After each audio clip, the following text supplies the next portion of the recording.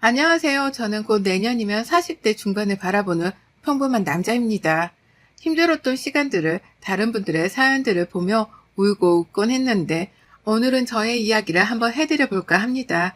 글에 재주는 없지만 지금에서야 이렇게 글로 저의 긴 이야기를 써 내려갈 수 있네요. 저는 남들이 말하는 지극한 모태솔로라고 하죠. 모쏠이었습니다. 경상도 마산에서도 아주 끝자락에 있는 동네에 태어난 저는 지금의 자리에 오기까지 참 많은 노력을 했네요. 전교에서 1, 2등을 놓치지 않고 꼭 서울로 상경하리라는 마음을 먹고 그렇게 열심히 살아온 결과 수능날 거의 만점을 받았고 그렇게 꿈에 그리던 법대에 입학을 하게 되었어요. 대학교 입학날 저희 부모님이 정말 많이 우셨습니다. 그렇게 시골 촌놈이었던 저는 서울에 상경하게 되었고 그렇게 저의 대학 시절이 시작되었죠.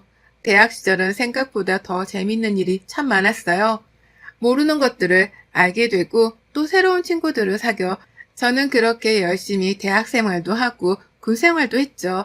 그러다 제 오랜 꿈이었던 변호사 시험을 보게 되었고 그렇게 합격을 했습니다. 오랫동안 제 뒷바라지를 해주시던 부모님께 드디어 효도를 하는 날이 왔다고 생각했었습니다. 제가 처음 변호사 사무실로 출근하던 날 저희 어머님께서는 동네 백화점에 가서 가장 좋은 양복을 하나 맞춰 저에게 선물하셨답니다. 어머님, 아버님 쓰는 거에는 매일 돈 아까워하시면서 제 학비며 제가 변호사가 되기까지 70대가 넘은 연세신데도 불구하고 늘 열심히 일을 하셨죠. 어떻게든 빨리 돈을 모아서 집을 사서 부모님을 모시고자 그렇게 밤낮 없이 열심히 일을 했던 기억이 나네요. 그러다 보니 여자친구를 사귀는 법도 잊어버릴 정도로 살았는데요. 어느 날 저희 사무실 선배 변호사가 저에게 물어오더군요.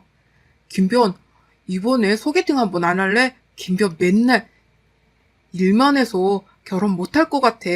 좀 연애 좀 해. 아, 제가 소개팅 이런 거 한 번도 안 해봐서요. 에이, 그럼 한번 해봐. 우리 와이프 친구인데 김변보다 2살 정도 나이가 많지만 괜찮은 사람이야. 또 우리끼리만 알지만 거기 집이 엄청 건물 땅 부자라고 하더라고. 그렇게 선배 변호사 권유에 저는 난생 처음 소개팅을 하게 되었어요.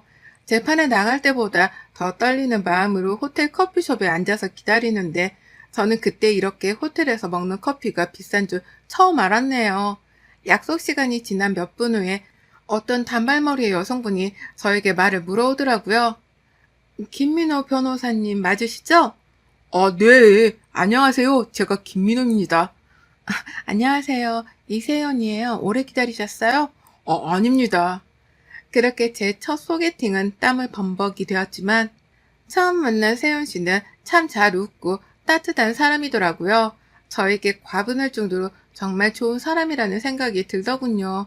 그렇게 일주일에 몇 번씩 만나니 나중에 세연 씨가 저에게 묻더군요. 변호사님, 저 어때요? 라고요. 너무 놀라 저도 모르게 좋습니다. 라는 대답과 함께 우리는 그렇게 사귀게 되었고 정말 서로 열렬하게 사랑해 결혼까지 꼴이나게 되었습니다. 세연 씨네 집에서는 저희 집이 많이 탐탁해 하지 않았지만 세연 씨가 너무 완강하게 나온지라 그렇게 허락을 받고 결혼을 하게 되었습니다.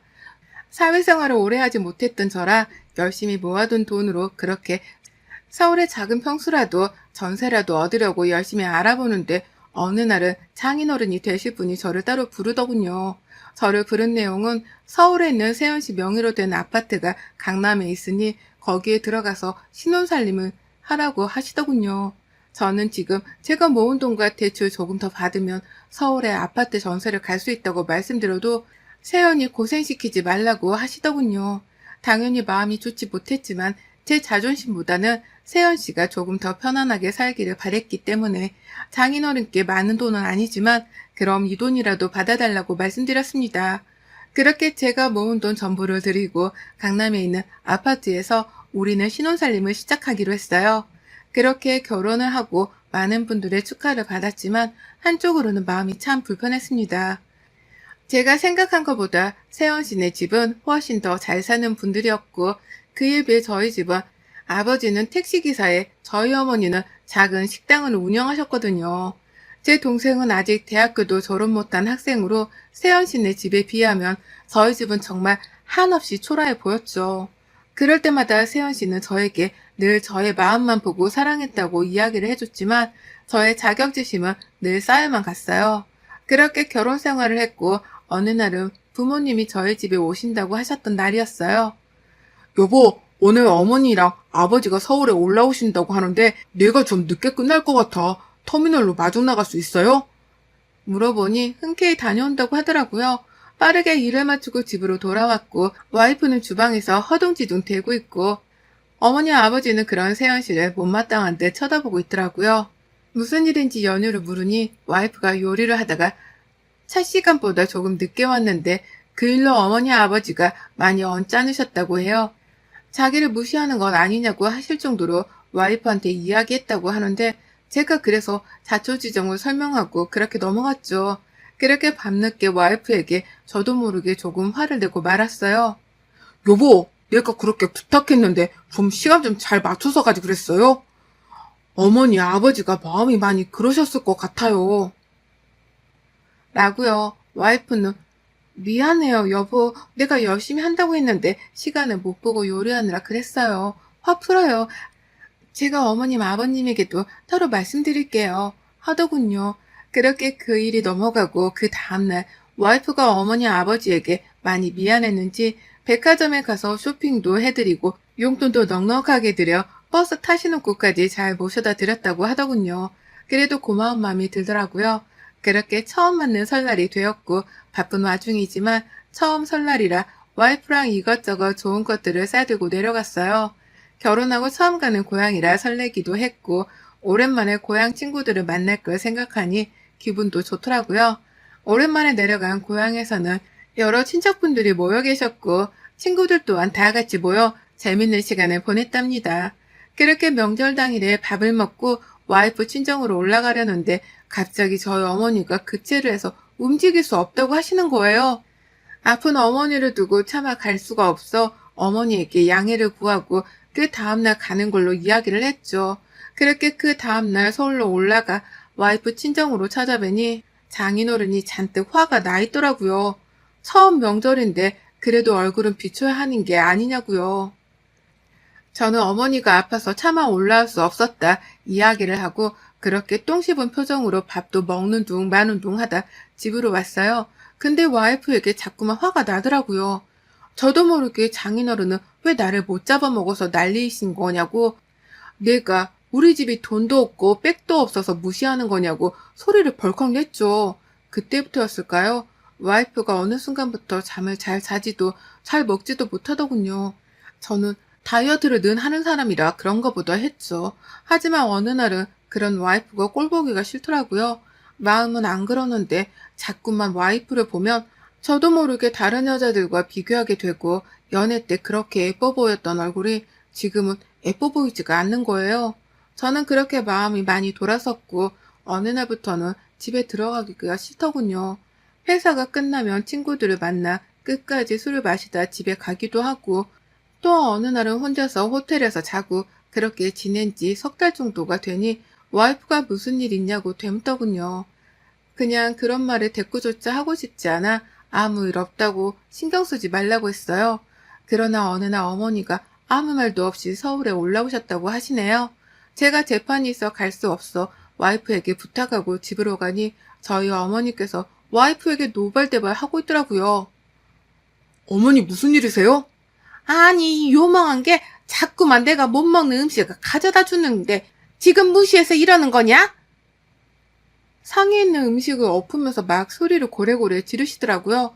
와이프는 그런 게 아니라고 그저 울고만 있고 저는 와이프한테 도대체 어머니도 제대로 못 모시고 뭐 하는 거냐고 집에서 매일 빈둥빈둥 놀면서 어머니 비위 한번 못 맞추냐고 소리치고 어머니랑 저는 밖으로 나왔어요.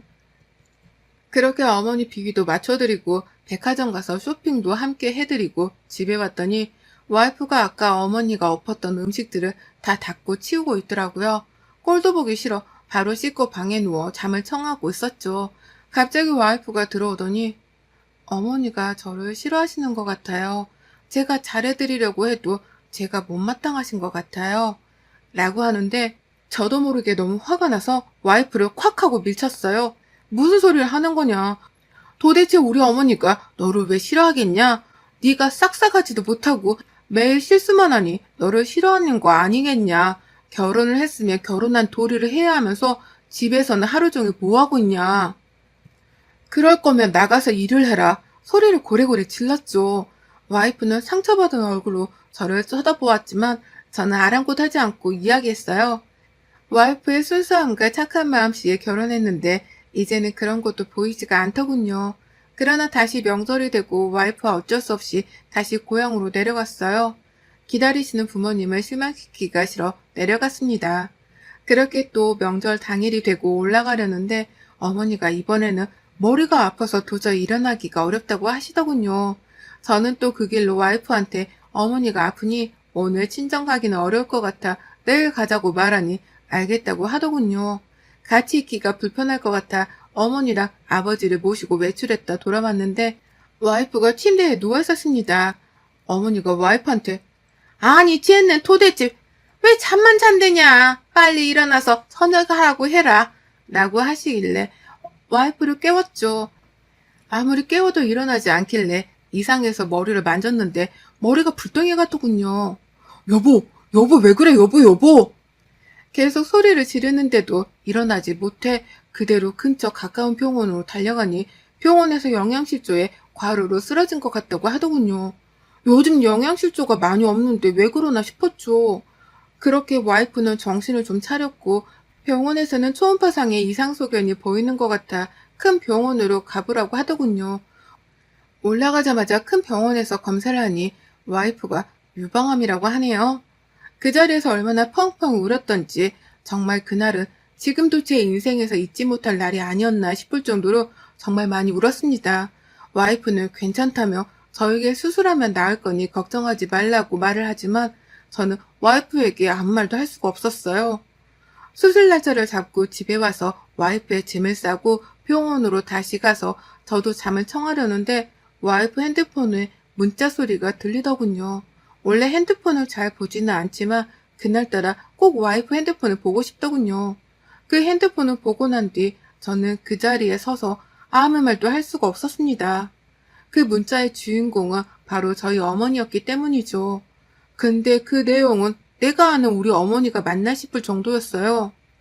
와이프에게 네가 그렇게 약해서 우리 아들 앞길 망치지 말라고 얘기도 못 갖는 몸이 어디서 자꾸 주제넘게 아들을 넘보냐.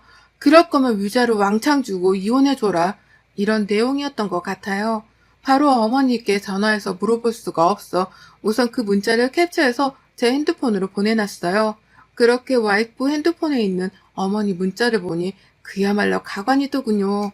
욕만 쓰지 않았지 와이프한테 저랑 헤어지라는 내용이 가득했어요. 너만 없었으면 더 좋은 와이프 만나서 행복했을 거다. 네가 놔줘라. 우리가 하면 돼를 끊으려고 하냐. 이 말부터 시작해서 별말들을 다 하셨더라고요. 저는 지금까지 저희 어머니 아버지를 올곧은 분들이라 생각하며 그렇게 살았습니다. 누구에게 싫은 소리 못하시는 분들로 평생을 살았다고 생각했지만 와이프 문자 속에 있는 저희 어머니는 제가 지금까지 알고 있던 어머니와는 다르더군요. 와이프가 얘기 문제로 정말 많이 스트레스를 받아야 했는데 저는 천천히 갖자고 말했고 와이프는 늘 아이가 생기지 않나 스트레스를 받아 했었죠. 그러다 제가 밖으로 나돌기 시작했고 와이프는 그런 저의 마음을 알면서도 기다려 주었더라고요. 하염없이 잠자는 와이프를 보니 내가 도대체 무슨 생각을 한 건지 알 수가 없었어요. 그런 저는 어머니에게 찾아갔고 어머니는 그런 문자 보낸 적 없다고 끝까지 잡아떼더라고요. 저는 소리를 질렀죠. 어떻게 이렇게까지 행동하실 수 있냐고요. 저 변호사라는 직업 빼고 아무것도 가진 게 없다고요. 지금 집도 와이프가 자기 집인데도 불구하고 제가 자존심 상할까봐 제 명의로 바꿔주고 충분한 돈이 있음에도 제 자존심 때문에 제가 주는 돈으로만 사는 사람인데 어떻게 이러실 수가 있냐고요. 집안에 있는 보이는 것들은 다 던졌어요. 무슨 정신으로 그랬는지 정말 어머니도 많이 놀랐었겠죠.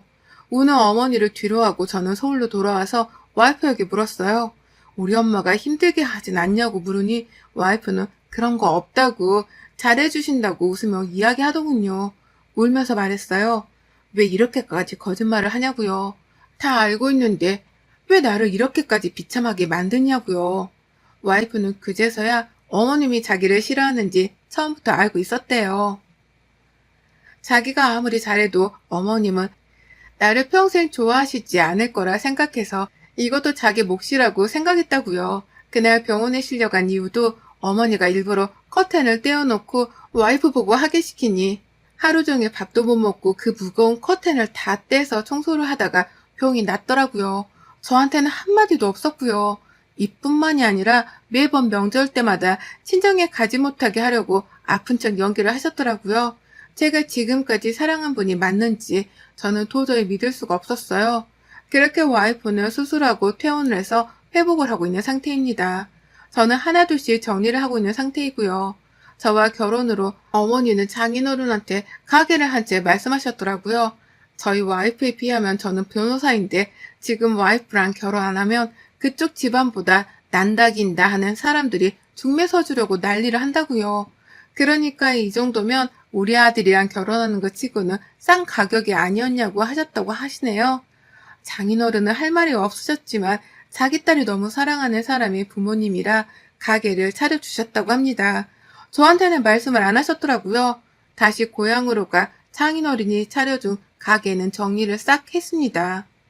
어머니는 울며 불며 열심히 뒷바라지하고 지금 하는 게 고작 이거냐면서 난리를 치셨지만 제가 어떻게 아들 가지고 장사를 하실 수 있냐고 고래고래 소리를 질렀어요. 사랑해서 결혼했는데 어머니는 자식을 가지고 장사한 거밖에 더 되냐고요. 이제 더 이상 와이프 친정에서 도와주는 일이 없을 거고 저도 마찬가지라고 알아서 사시라고 돌아가시기 전에 한번 뵈러 오겠다고 하고 그렇게 저는 집을 나왔어요. 나오면서 정말 많이 가슴을 치고 울었지만 후회는 하지 않았어요. 지금까지 장인어른이 왜 저를 좋게 보지 못했는지, 와이프가 왜 매일 밥도 못 먹고 잠도 못 잤는지 이제야 알 것 같더군요. 저만 까마득히 모르고 있었어요. 열심히 공부하고 이 자리까지 왔다고 생각했지만 저는 와이프 하나도 제대로 챙기지 못하는 무능한 남편이었습니다. 가게 정리하고 난 돈을 장인어른께 다시 돌려드렸습니다. 무릎까지 꿇고요. 부모님을 대신해 제가 정말 죄송하다고요. 장인어른은 일어나라고 자기 탓이 아니지 않냐고 하셨지만 저는 차마 아무 말도 하지 못했죠. 그렇게 폭풍 같던 시간들이 흐르고 와이프의 회복도 차차 되어가고 있네요. 그 회복 속에서 저는 지금까지 제가 잘못했던, 저희 부모님이 잘못했던 일들을 생각하면서 용서를 구하고 있습니다. 어머니 아버지는 매일매일 저랑 와이프에게 전화가 오지만 저는 차단을 한 상태이고 와이프는 그렇게까지 하고 싶지는 않다고 했지만 와이프 전화번호는 제가 바꾸어 놨습니다. 제가 생활비를 끊으니 전화를 하시는 것 같지만 저는 더 이상 생활비라 지원을 할 생각이 없습니다. 제가 모은 돈은 장인어른이 돌려주신 상태라 그 돈은 동생에게 줬습니다. 부모님의 마지막 노후를 위해 제가 해줄 수 있는 마지막이라고 전해달라고 했네요. 지금까지 제가 공부하면서 뒷바라지만 한 값이라고 생각하기를 바란다면서요. 남들은 저에게 그럽디다. 그래도 아무리 자기 부모인데 저렇게까지 등지고 살고 싶냐고요. 모질다고요. 물론 모질고 독할 수 있습니다. 하지만 제가 지금까지 살아온 세상에서는 저는 늘 옳아야 한다고 생각했습니다. 그 옳아야 하는 마음속에서 와이프를 만나면서 저도 모르는 자격지심이 생겼겠죠. 와이프의 그 넓은 마음이, 그 여유와 배려심이 저를 늘 초라하게 만드는 것 같았습니다. 어머니 아버지가 아닌 사실 제가 더 나쁜 놈이 아니었나 싶을 정도로 저는 참 모질었던 놈이었죠. 저는 와이프가 회복하고 다시 잘 살아가는 모습을 보며 떠날 생각입니다. 아직 와이프를 많이 사랑하고 와이프도 절 많이 사랑한다지만 지금까지 저와 제 가족이 준 상처를 아마 와이프는 평생 잊지 못할 거라 생각합니다. 그리고 어머니 아버지에게 가장 큰 복수는 제가 철저한 혼자가 되는 것이라고 생각합니다. 지금 하루하루 다시 와이프와 연애하는 마음으로 살아가고 있습니다. 회사가 끝나자마자 퇴근을 하면 아직 아픈 몸이지만 저를 배웅하러 나오는 와이프만 보면 늘 마음 한켠이 아려옵니다. 곧 이별을 해야겠지만 그날까지는 지금까지 제가 상처 주었던 일들을 정말 조금이라도, 아주 조금이라도 만회하는 마음으로 살고 있습니다. 부모님은 이제야 포기하셨는지 저에게 더 이상 전화를 하지 않으세요. 아마 돈을 받으셔서 그러시겠죠. 그래서 한동안은 조용하실 것 같네요. 살면서 가장 존경하는 사람이 저희 부모님이었는데 저는 그런 부모님의 실체를 이제서야 알게 되었습니다. 그 실체를 안 이상 더 이상 부모님을 보지 않는 게 맞다고 생각이 들었습니다. 남들은 부르라고 할지 몰라도 저는 와이프에게 속지 않은 마음으로 살아가도록 하겠습니다. 쌀쌀한 날씨 여러분들도 아무쪼록 감기 조심하세요. 여러분의 생각은 댓글로 남겨주세요. 오늘도 시청해 주셔서 정말 감사합니다.